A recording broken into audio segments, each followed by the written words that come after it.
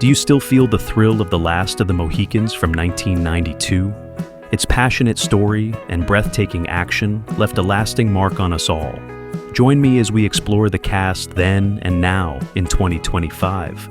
How have these icons changed over the years?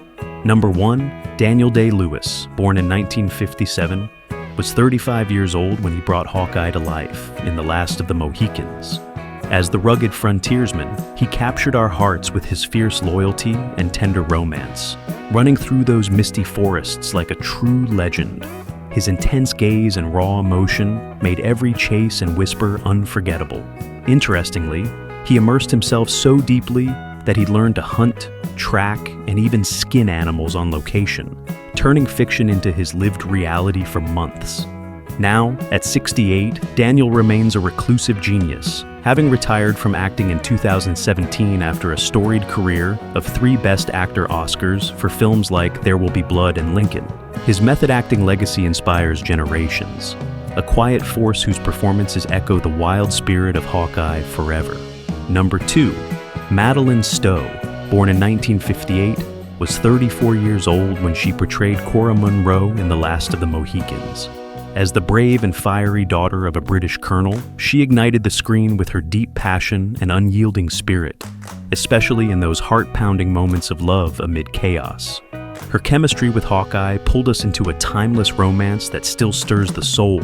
Interestingly, she dove into the role by studying historical diaries of women in colonial America, adding layers of quiet strength to Cora's every glance and plea.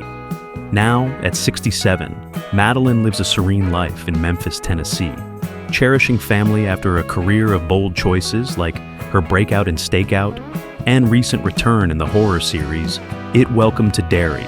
Her enduring grace reminds us of Cora's resilience, a beacon for women in film who dare to love fiercely.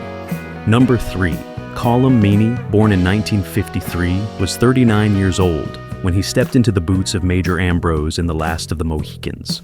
Playing the steadfast British officer, he brought a grounded honor to the battlefield scenes, his stern commands and subtle doubts weaving tension into the epic's fabric. We felt the weight of duty in his eyes during the fort's desperate stand.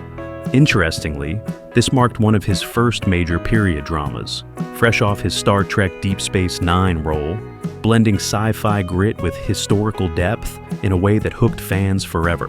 Now, at 72, Colm is celebrated with the 2025 Irish Film and Television Academy Lifetime Achievement Award for a trailblazing career spanning Layer Cake and The Snapper. Still active in theater and film, his warm Irish lilt and versatile presence continue to enchant, echoing Ambrose's quiet courage across generations. Number 4, Wes Studi, born in 1947, was 45 years old when he unleashed Magua in The Last of the Mohicans. As the vengeful Huron warrior, he delivered a chilling performance of raw fury and haunted pain, his war cries echoing through the wilderness like thunder. Those intense pursuits and betrayals made him the film's unforgettable shadow, a force that gripped our fears. Interestingly, of Cherokee descent, he infused Magua with authentic native intensity, drawing from his own activism to make the villain profoundly human and complex. Now, at 77, Wes honors his roots with the 2025 Lenfest Spirit of the American Revolution Award, while advocating for native languages and veterans through cultural projects. From Dances with Wolves to recent voice work in Soul, his legacy as Hollywood's pioneering indigenous voice inspires, a warrior whose spirit endures beyond the screen. Number 5, Russell Means, born in 1939, was 53 years old when he embodied Chingachgook in The Last of the Mohicans. As the wise and noble Mohican leader, he radiated quiet wisdom and unbreakable bonds, his guiding presence in the forests a poignant anchor for the story's lost souls. We cherished his tender moments with Uncas, a father's love amid endless war. Interestingly, this was his acting debut, transitioning from fierce activism to screen icon, where he insisted on authentic native representation that reshaped Hollywood's gaze. Passed away in 2012 at 72 from throat cancer, Russell left a towering legacy as an Oglala Lakota leader who co-founded the American Indian movement and fought for sovereignty. His roles in Pocahontas and voice in Black Cloud amplified Native stories, a revolutionary whose fire still lights the path for justice and pride today. Number 6, Pete Postlethwaite, born in 1946, was 46 years old when he commanded as the Sergeant Major in The Last of the Mohicans. Portraying the grizzled British soldier, he infused the ranks with gritty resolve and weary humanity, his barked orders cutting through the smoke of battle like a clarion call. Those fort defense scenes owed their pulse to his unyielding grit. Interestingly, his famously crooked nose, broken from childhood rugby, added rugged authenticity, a detail that mirrored the scars of war on screen.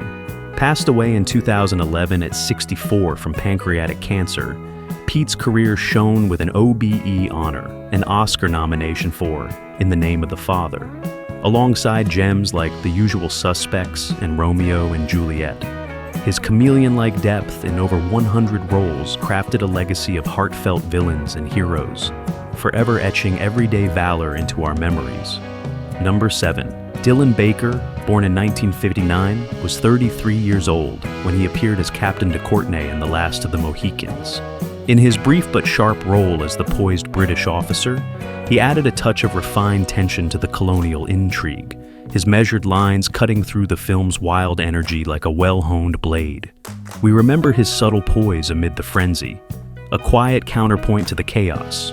Interestingly, he often shares the screen with his wife Becky Ann Baker, playing couples in projects like Revolutionary Road, bringing real-life warmth to their on-screen sparks.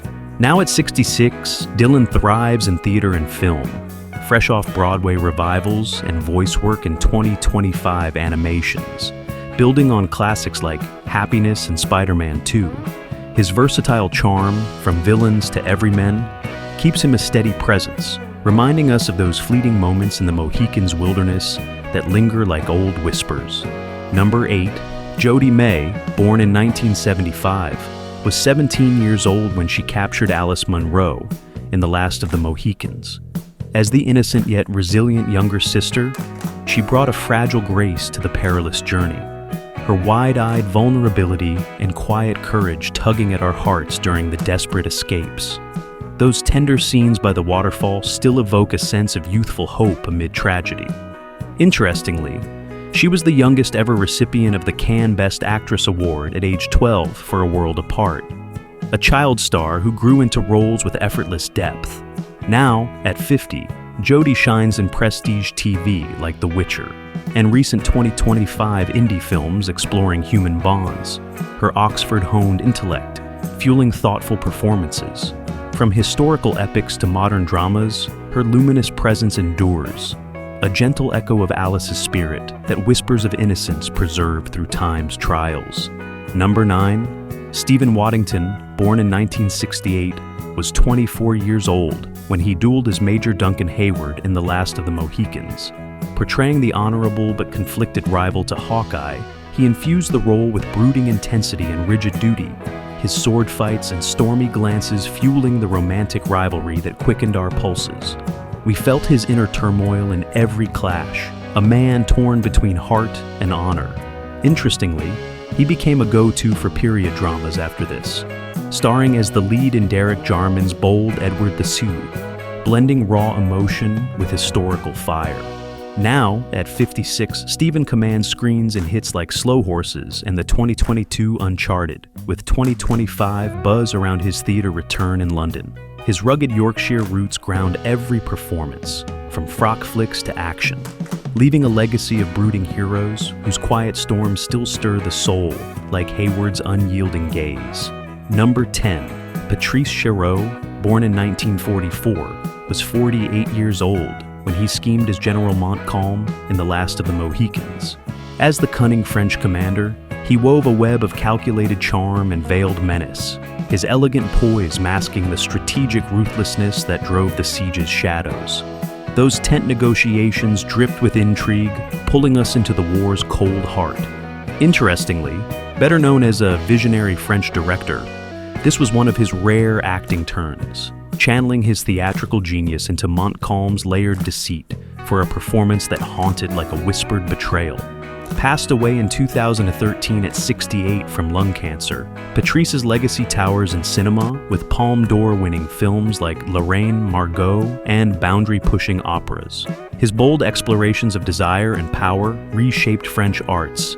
A director-actor whose subtle intensity in Mohicans endures as a timeless thread in his tapestry of provocative storytelling. Number 11.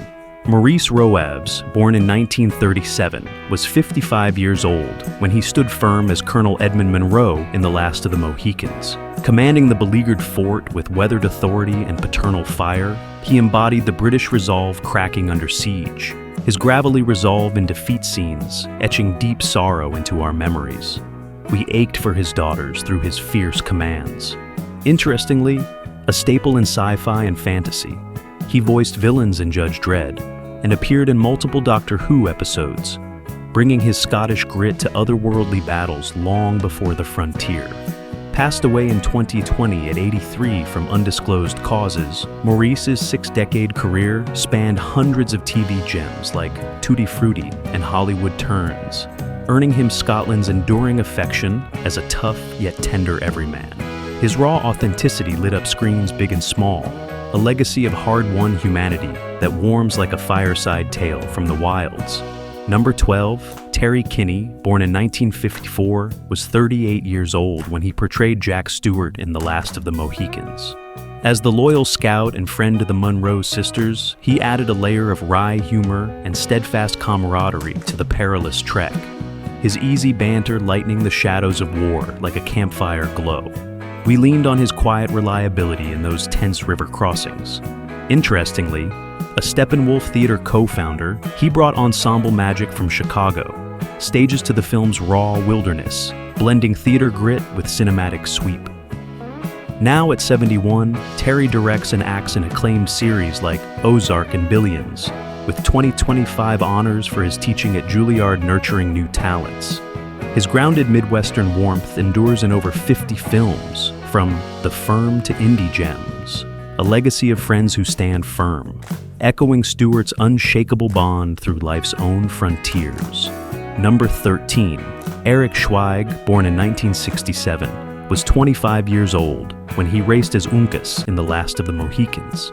As the swift and silent Mohican warrior, he embodied youthful valor and deep kinship, his agile leaps and protective glances weaving tragedy into the epic's heart. Those final stands by the falls still break us with silent grace. Interestingly, an Inuvialuit Inuit from Canada, he trained rigorously in archery and horsemanship for the role, infusing Uncas with authentic northern heritage that honored forgotten voices. Now, at 58, Eric advocates for Indigenous youth through sobriety programs and films like Mina, while 2025 sees him mentoring in Arctic storytelling projects. From The Last of the Mohicans to Gunless, his poised intensity lights paths for native actors. A quiet warrior whose legacy runs deep like Uncas's unspoken devotion. Number 14, Gregory Zaragoza, born in 1954, was 38 years old when he fought as the Abenaki warrior in The Last of the Mohicans. In his intense role as a fierce combatant, he brought raw ferocity to the skirmishes, his seasoned energy charging the ambush scenes with unbridled chaos and survival instinct. We glimpsed the war's brutal face through his relentless drive. Interestingly, a Mescalero Apache descendant, he landed the role after a nationwide Native youth casting call, marking an early win for inclusive representation in big-budget epics. Now, at 71, Gregory stars in reservation dramas like Rumble and Voices in 2025 animated series celebrating Indigenous lore, while coaching young actors in New Mexico. From Mohicans' battles to modern tales, his grounded power uplifts Native narratives, a warrior's fire that burns steady, honoring the ancestors with every step forward. Thanks for watching. Let's cherish these timeless tales and the souls who brought them alive. What classic will we revisit next?